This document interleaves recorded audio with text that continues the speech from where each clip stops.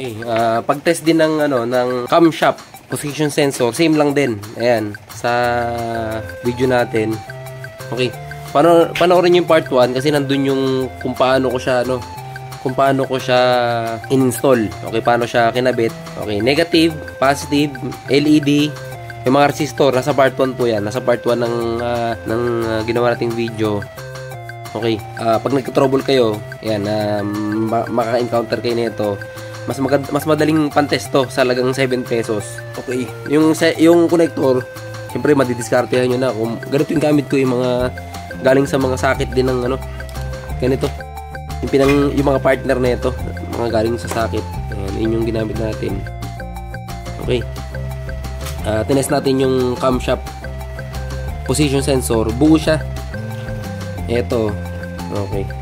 Testing natin. Ayan o.